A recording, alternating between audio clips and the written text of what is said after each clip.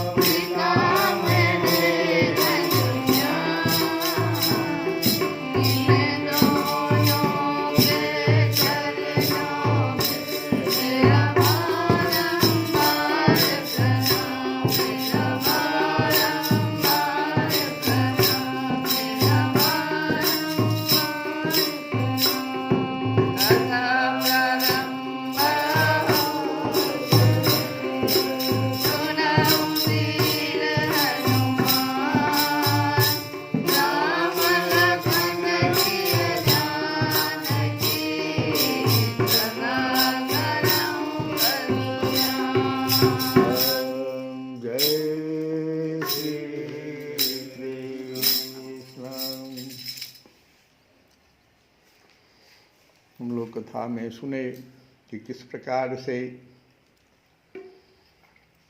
जब सद्गुरु का जीवन में प्रवेश हो जाता है तो जीवात्मा का कल्याण हो जाता है।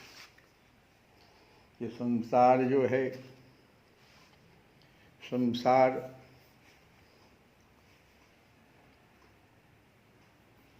जहाँ हम डूबे हुए हैं, इस संसार में ही तो हम लोग डूबे हुए हैं। तो हमें क्या छोड़ना है, क्या लेना है?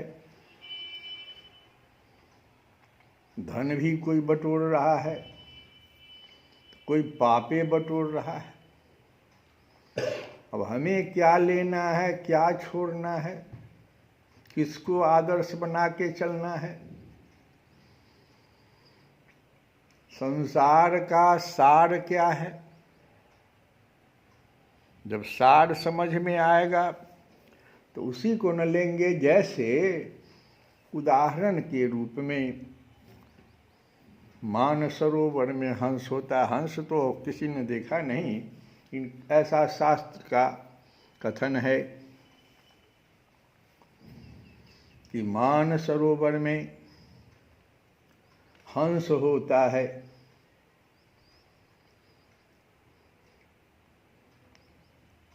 जड़ चेतन गुण दोषमय। ये संसार कैसा है? तुलसी बाबा कहते हैं कि जड़ चेतन गुण दोषमय, विश्व किन्ह करतार। लेकिन हमको गुण लेना है, जो सार है उसके लिए विवेक चाहिए। और विवेक आएगा कहाँ से? तो जो मानसरोवर में हंस है, जब वहाँ पे दूध कोई डाल देता है तो वो हंस जो है पानी को अलग कर देता है, दूध ले लेता है। संत हंस गुण गहि पयो। संत को हंस कहा गया है। मानसरोवर के हंस को देखिए व न देखिए, संत को तो आप देखते हैं। संत को हंस भी कहा जाता है, परम हंस भी कहा जाता है। परम हंस फलाने बाबा अभी भी लोग कहते हैं। वही बताएंगे क्या करना है, क्या नहीं करना है। तो जड़ चेतन गुण दोषमय, विश्व किन्ह करतार। संत हंस गुण गहि पयो, परिहरि बारी विकार। विधाता ने इस जड़ चेतन विश्व को गुण दोषमय बना दिया है, गुण दोषमय रच दिया है। विधाता ने ऐसा कर दिया। लेकिन संत रूपी हंस दोष रूपी जल को छोड़ देते हैं और गुण रूपी दूध को ही ग्रहण करते हैं, और इसी को विवेक कहते हैं। विवेक जब आप में आ जाएगा, और विवेक आएगा कहाँ से? तो जो अभी आप बैठे हैं श्रीमद्भागवत की कथा सुनने के लिए, इसमें विवेक भरा हुआ है। एक विवेक तो आपने सुना कि परम पापी, मोह से ग्रस्त, हम तो समझते हैं कि शायद वैसा उदाहरण और कोई है ही नहीं, जो अपने संपूर्ण रचे हुए संसार को नष्ट करवा दिया। धृतराष्ट्र भगवान की बात ही नहीं सुनता था। धर्मराज स्वयं विदुर के रूप में, भाई के रूप में, भले ही दासी पुत्र थे, वो तो उनके धर्मराज को जो शाप मिला था उसके कारण दासी पुत्र होके आना पड़ा, लेकिन वो तो धर्मराज थे। कई बार बड़ा मना किया धृतराष्ट्र को कि मत करो ऐसा, मोह में पड़े हुए तुम, सब कुछ तुम्हारा समाप्त हो जाएगा। और आज एकाएक देखो, एक सप्ताह पहले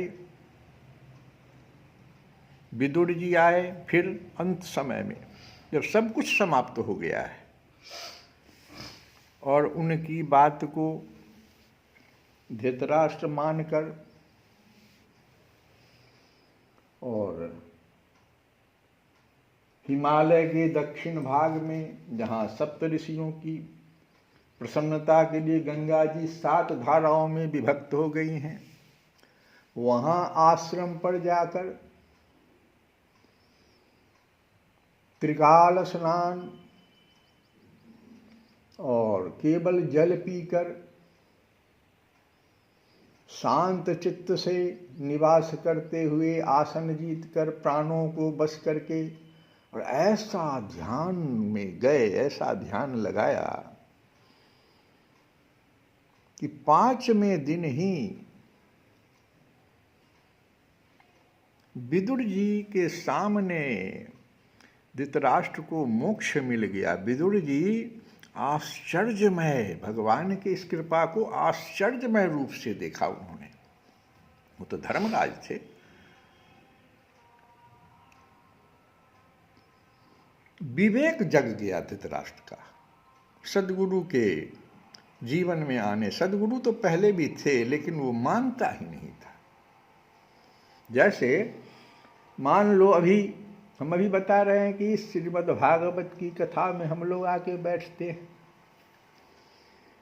ये विवेक जगा देता है। लेकिन क्या हमको लेना है, क्या छोड़ना है संसार से, सब बता देता है। लेकिन यहाँ पर देखो, जिनके ऊपर पाप का प्रभाव है, तो पाप कहता है कि कहाँ जा रहे हो, कथा में जा रहे हो, ना ना ना ना ना ना, पहले समझावेगा कि मत जाओ। अगर चलाया, तुलसी बाबा कहते हैं कि यही सर अपनी कथा रूपी जो ये सर है, तालाब है, क्योंकि यहाँ डुबकी लगाना है, तो यही सर आवत अति कठिनाई, यही सर आवत अति कठिनाई, राम कृपा, अरे राम कृपा बिनु आई न जाई। बिना भगवान की कृपा के बहुत मुश्किल है इस जगह आना।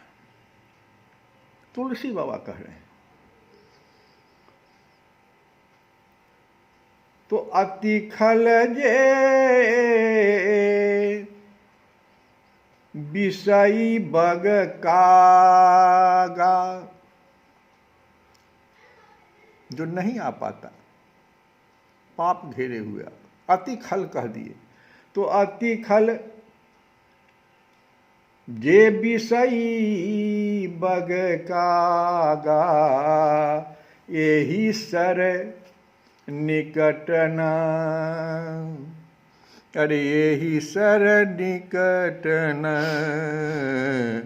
जाई अभागा, अभागा कह दिया।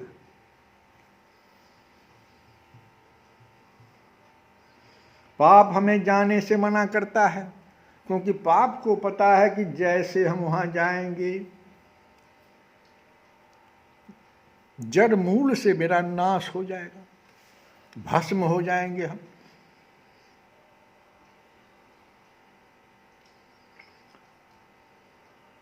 पाप क्या करता है, सत्संग से उसको उठा लेता है, नींद उसको, सत्संग में आया नींद में वो चला जाए।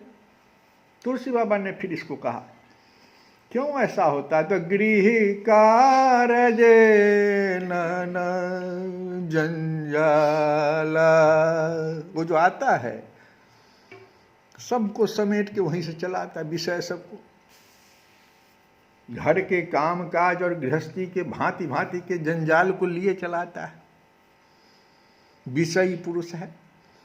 तो गृह कारज नाना जंजाला ते अति दुर्गम शैल विशाला, बड़ा बड़ा पहाड़ खड़ा कर देता है। उससे अगर बात करो क्या दिक्कत है आपको इस कथा में, बड़ा बड़ा पहाड़ खड़ा कर देगा, कथा का ही बुराई करना शुरू कर देगा, सत्संग की कमी बताने लग जाएगा, दोष बताने लगता है कि जो बहोरी को पूछन आवा, उसे कोई अगर पूछता है कि कहाँ गए थे, उसका बुराई करना शुरू कर देता है कि जो बहोरी को पूछन आवा सर निंदा करे ताही सुनावा। ये तो आपकी स्थिति है, तो विवेक कैसे जगेगा। एक तो राम कृपा बिनु, बिना राम की कृपा के बिनु आई न जाई। और नींद की बात जो हमने किया कि जो करी कष्ट जाई पुनि कोई, जात ही नींद जुराई हुई। कैसे होगा बताइए, विवेक कैसे जगेगा। तो कथा में आप आते हैं अपने मोक्ष के लिए। सत्यम परम धीमहि, पूरे मद्भागवत में तो एक ही बात कई उदाहरणों से व्यासदेव भगवान ने कि सत्य को ग्रहण कर लो, सत्यम परम धीमहि। आज धृतराष्ट्र ने सत्य को ग्रहण कर लिया, 5वें दिन ही उसको मोक्ष मिला। परीक्षित ने 7 दिन में सत्य को धारण किया, मोक्ष मिल गया। कितना इसमें उदाहरण भरा हुआ है। तो हम लोग जो सुनते हैं वो युधिष्ठिर जी ने भीमसेन से पूछा कि भाई 7 दिन हो गए, अर्जुन लौटा नहीं है, 7 महीने हो गए, अर्जुन लौटा नहीं है और मुझे बड़ा अपशकुन दिखाई पड़ रहा है।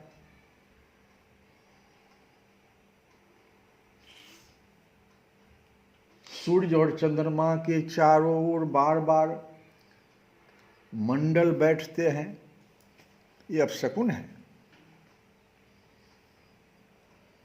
सूर्य की प्रभाव मंद पड़ गई है, इसलिए उस समय हो रहा था कि क्योंकि कलयुग का आगमन, एक युग का समाप्ति हो रहा था।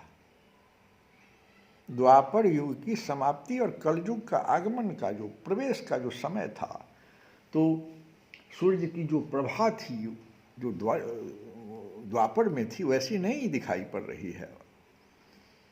अंतरिक्ष में जैसे लग रहा है कि आग लगी हुई है। नदी, नद, तालाब लोगों के मन को क्षुब्ध किए चली जा रही। बछड़े दूध नहीं पीते हैं, घी से आग नहीं जल रही है, गौएं दूहने नहीं देती, गौशाला में गौएं आंसू बहा बहा कर रो रही है, देवताओं की मूर्तियां रो रही है। बड़ी अपशकुन देख रहे थे युधिष्ठिर जी। तो भीमसेन से पूछ दिया उन्होंने कि क्या बात है, तुम जाके जरा देखो। ठीक उसी समय में अर्जुन मुंह लटकाए हुए, कमल सरीखे नेत्रों से आंसू बह रहे हैं, शरीर में बिल्कुल कांति नहीं है अर्जुन की। उनको इस रूप में युधिष्ठिर जब अपने चरणों में गिरा हुआ देखे तो उन्हें देवर्षि नारद जी की बात याद आ गई। तो सभी सुहृदों के सामने ही युधिष्ठिर जी ने अर्जुन से पूछ लिया कि भाई, द्वारिकापुरी में हमारे स्वजन संबंधी मधु, भोज, सात्वत, अंधक, वृष्णवंशी, यादव और भी जो हैं वे कुशल से तो हैं कि नहीं, सो तो बताओ। हमारे माननीय नाना सूरसेन जी प्रसन्न हैं कि नहीं, अपने छोटे भाई सहित मामा वसुदेव जी कुशल पूर्वक हैं कि नहीं, उनकी पत्नियां हमारी मामी देवकी आदि सातों बहिनें अपने पुत्रों और बहुओं के साथ आनंद से हैं कि नहीं, जिनका पुत्र कंस बड़ा ही दुष्ट था वे राजा उग्रसेन अपने छोटे भाई देवक के साथ जीवित तो है ना। और भी बहुत सारा प्रश्न। यादवों के प्रभु बलराम जी तो आनंद से हैं कि नहीं, वृष्णवंश के सर्वश्रेष्ठ महारथी प्रद्युम्न सुख से तो हैं कि नहीं, युद्ध में बड़ी फुर्ती दिखाने वाले भगवान अनिरुद्ध आनंद से हैं कि नहीं, भगवान श्री कृष्ण के अन्य सब पुत्र भी प्रसन्न हैं कि नहीं, भगवान श्री कृष्ण के जो सेवक हैं श्रुतदेव, उद्धव जी आदि और दूसरे सुनंद, नंद आदि प्रधान यदुवंशी जो भगवान श्री कृष्ण और बलराम के बाहुबल से सुरक्षित हैं, सबके सब सकुशल हैं कि नहीं, हमसे अत्यंत प्रेम करने वाले वे लोग कभी हमारा कुशल मंगल भी पूछते हैं कि नहीं। बताओ न अर्जुन, तुम कुछ बोल नहीं रहे हो। आगे फिर पूछ रहे हैं, लगातार पूछते चले जा रहे हैं। वो चरण कमल में गिरा हुआ अर्जुन है, आंसू की धारा बह। भक्त वत्सल ब्राह्मण भक्त भगवान श्री कृष्ण अपने स्वजनों के साथ द्वारिका की सुधर्मा सभा में सुखपूर्वक विराजते हैं कि नहीं, सो बताओ। वे आदि पुरुष बलराम जी के साथ संसार के परम मंगल, परम कल्याण और उन्नति के लिए यदुवंश रूप क्षीर सागर में विराजमान है कि नहीं। उन्हीं के बाहुबल से सुरक्षित द्वारिकापुरी में यदुवंशी लोग सारे संसार के द्वारा सम्मानित होकर बड़े आनंद से विष्णु भगवान के पार्षदों के समान विहार कर रहे हैं। सत्यभामा आदि 16,000 रानियां प्रधान रूप से उनके चरण कमलों की सेवा में ही रत रहकर उनके द्वारा युद्ध में इंद्र आदि देवताओं को भी हराकर इंद्राणी के भोग योग्य तथा उन्हीं की अभिष्ट पारिजात आदि वस्तुओं का उपभोग करती है। यदुवंशी वीर श्री कृष्ण के बाहुदंड के प्रभाव से सुरक्षित रहकर निर्भय रहते हैं। यदुवंशी लोग और बलपूर्वक लाई हुई बड़े बड़े देवताओं के बैठने योग्य सुधर्मा सभा को अपने चरणों से आक्रांत करते हैं। भाई अर्जुन, यह भी बताओ कि तुम स्वयं तो कुशल से हो कि नहीं, पहले तो यही बता दो। तुम कुछ बोल ही नहीं रहे हो।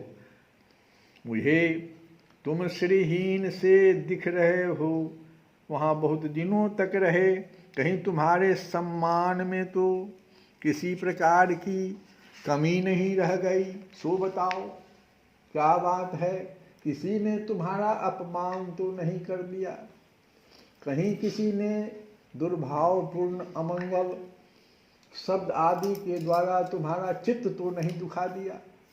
अथवा किसी आशा से तुम्हारे पास आए हुए याचकों को उनकी मांगी हुई वस्तु अथवा अपनी ओर से कुछ देने की प्रतिज्ञा करके भी तुम वहां नहीं दे सके? कुछ बताओ तो सही। युधिष्ठिर जी प्रश्न पे प्रश्न पूछे जा रहे हैं और अर्जुन कुछ जवाब अभी नहीं दे पा रहा है, क्योंकि बड़ा गंभीर विषय है। हम लोग भगवान का भजन पहले कर लें। भजो रे भैया राम गोविंद हरि, भजो रे भैया राम गोविंद हरि। बहुत ही अभी जो समय है युधिष्ठिर जी के सामने भजन के सिवा और कुछ काम नहीं करेगा, तो भजो रे भैया राम गोविंद, भजो रे भैया राम गोविंद हरि। जप तप साधन कछु नहीं लागत, जप तप साधन कछु नहीं लागत, जप तप साधन, जप तप साधन कछु नहीं लागत। हर जतना गठरी, भजो रे भैया राम गोविंद, भजो रे भैया राम गोविंद, ओ भजो रे भैया राम गोविंद। ओ संकट संपत्ति, संकट संपत्ति सुख के कारण, जासों भूल पड़ी, संकट संपत्ति सुख के कारण, संकट संपत्ति सुख के कारण, जासों भूल पड़ी, गणिका तारी सवरी तारी,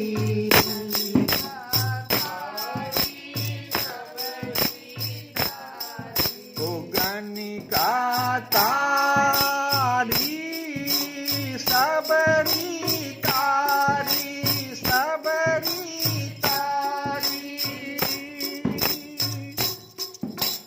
गौतम धरणी तरी, भजो रे भैया राम गोविंद हरि, भजो रे भैया राम गोविंद हरि। ओ श्री राम जय राम जय जय राम, श्री राम जय राम जय जय राम, ओ श्री राम जय राम जय जय राम, श्री राम जय राम जय जय राम, श्री राम जय राम जय जय राम, श्री राम जय राम जय जय राम। खग मृग व्याध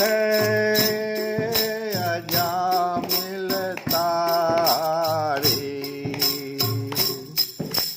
खग मृग व्याध अजामिल तारे, जिनकी नाव भरी,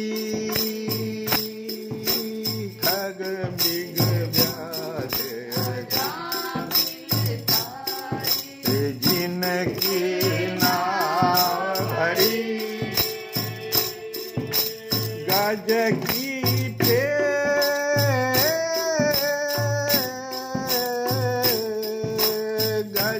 की टेक सुनत उठी धावे, रुके न पलक घड़ी, भजोरे भैया भजोरे भैया भजोरे भैया। और अनेक अधम जनता रे, और अनेक अधम जनता, और अनेक अधम जनता गिनती जातन करी,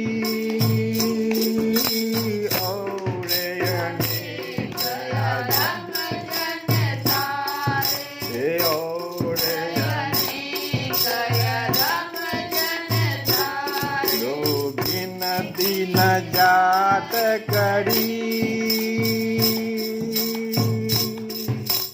कहत कबीर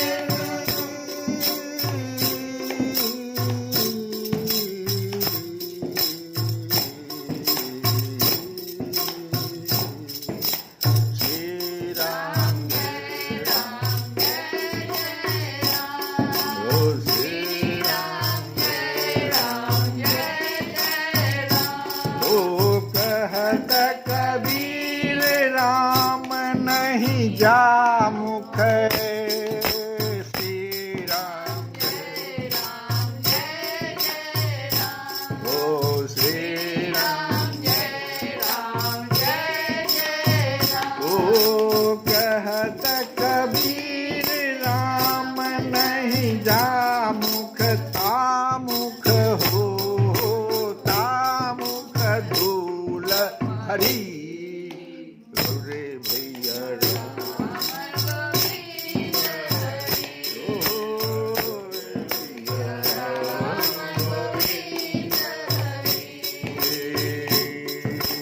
घर जतना गठरी, भजोरे भैया